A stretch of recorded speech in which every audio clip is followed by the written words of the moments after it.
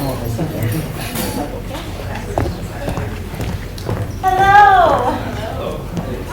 Hi. Hi, welcome to Grandview University Viking Theater. We're so happy to see you all out tonight.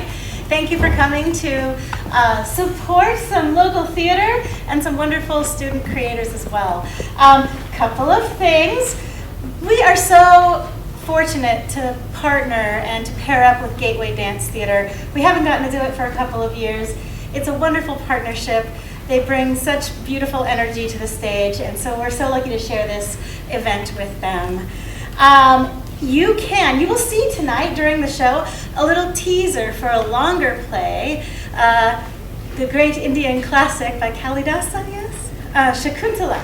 And you can see that down at the Hurd Amphitheater in July, full length outdoors in West Des Moines this summer. So check that out. You'll see a teaser for it tonight and a few other things from Gateway Dance Theater.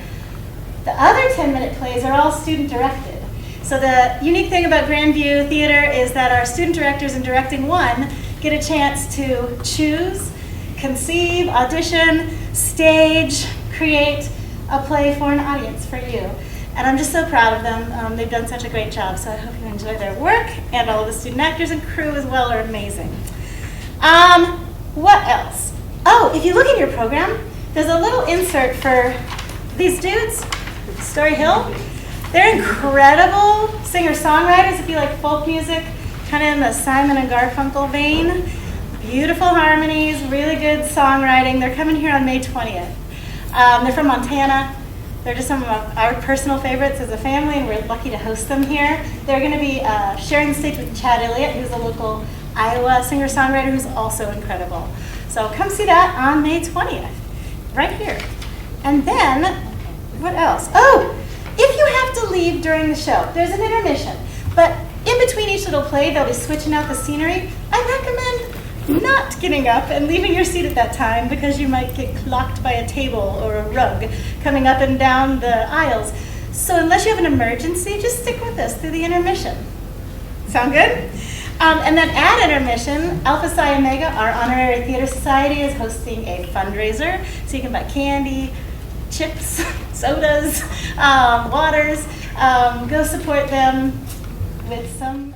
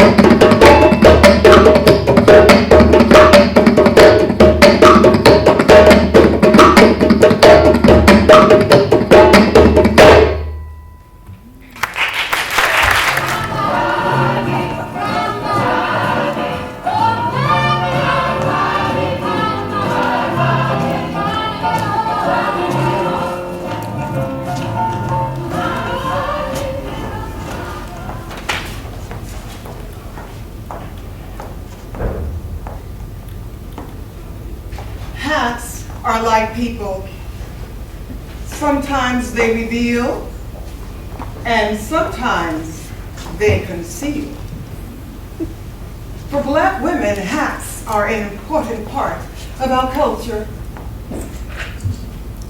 I love the look of a hat when a woman knows how to pull it off. But I don't think most young people have the passion for them that older women have. Maybe it's a generational thing. I think hair has something to do with it. Hairstyles are so trendy now. I think young women put so much time and money into their hair that they don't want to mess it up with a hat. A lot of women can plop a hat on their head, but they can't carry it off unless they have the right attitude to go with it. That's what I call attitude. Attitude is something you must possess in order to wear a hat well. There's a little more strut in your carriage when you wear a nice hat. There's something special about you. I think people detect that. Back when I was a little girl in Petersburg, Virginia, I thought hats had a mind of their own. Every woman in church, Nazarene Baptist Church, wore one. I'd sit next to my mother and watch all the hats in front of us express themselves. If the hats liked what the preacher said, they'd bop up and down. If the hats liked a song, they'd sway side to side. If a hat thought you were talking too loud, it would whip around in your direction. And if a hat was really angry with you, its brim would dip just above a mother's eyes. And those could be some fierce eyes. Don't nobody borrow my hats. I have about 200 of them. I've been wearing them for over 20 years. I have 6 sisters. I don't borrow their hats, and they don't borrow mine. One time, a sister-in-law said, I need a royal blue hat. Well, I said, you better go buy you one then. African American women dress to the nines to go to church, more than any other women. It's part of our heritage.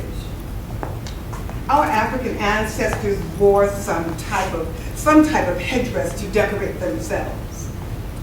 Slave women wore bandanas to keep the dust out of their hair. But they would also add wildflowers to dress it up.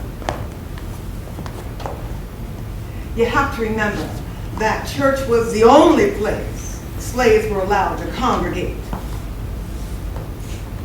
So if you had something you wanted to show off and be in style, you wear it to church. Hats are my trademark. I have over 350. I wear one every day. You can even say I sleep with my hats because they're in my bedroom. I have a special closet built for them so they can have their own space.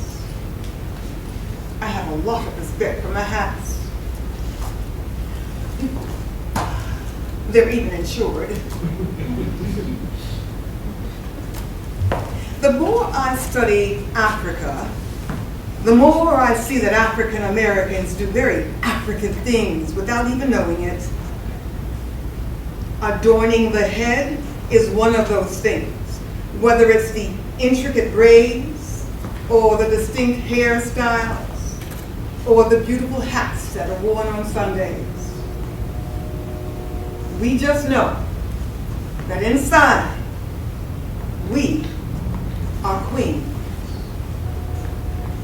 And these are the crowns that we wear.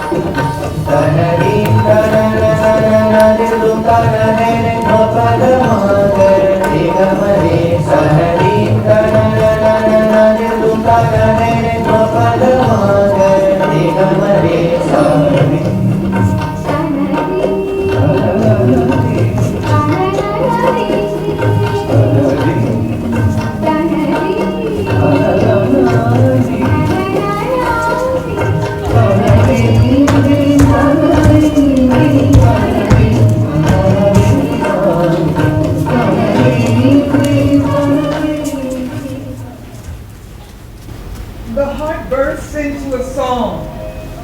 A joy unknown seeps through the being. A light stirs, a breath descends. Shakuntala stands submerged in a wave of emotion. Her heart quails in longing for her mate, yet uplifts in anticipation of a new life stirring within her. So many days have passed since I've last heard from my king. Not even a letter? And how am I going to tell Father Kanva about this marriage and pregnancy?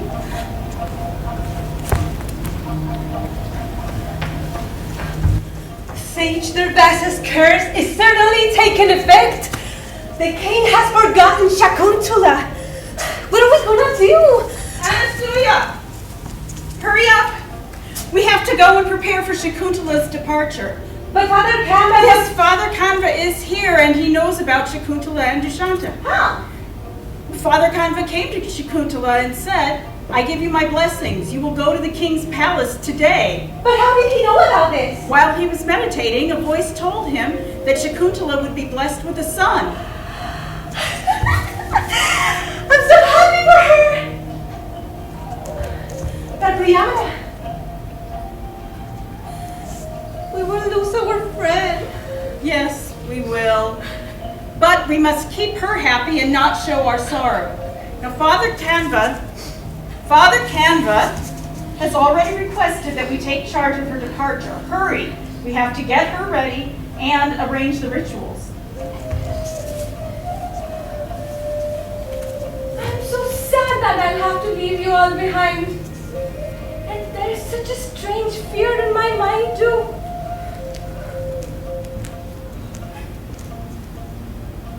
Don't cry, Shakuntala. Look at these spectacular jewels. My heart longs for my king, but my feet, they refuse to move from here. My childhood playmates, my beloved elders, and this beautiful ashram. I'll have to leave everything behind. It is hard for us too, Shakuntala. But remember, your place is now by your husband's side. The happiness of bearing Dushanta's son will uplift your spirits. The entire forest grieves your departure. The deer forget to browse. The peacock stops dancing. The trees droop in sorrow. The birds stop chirping. The cattle refuse to graze. The sky turns a deeper blue.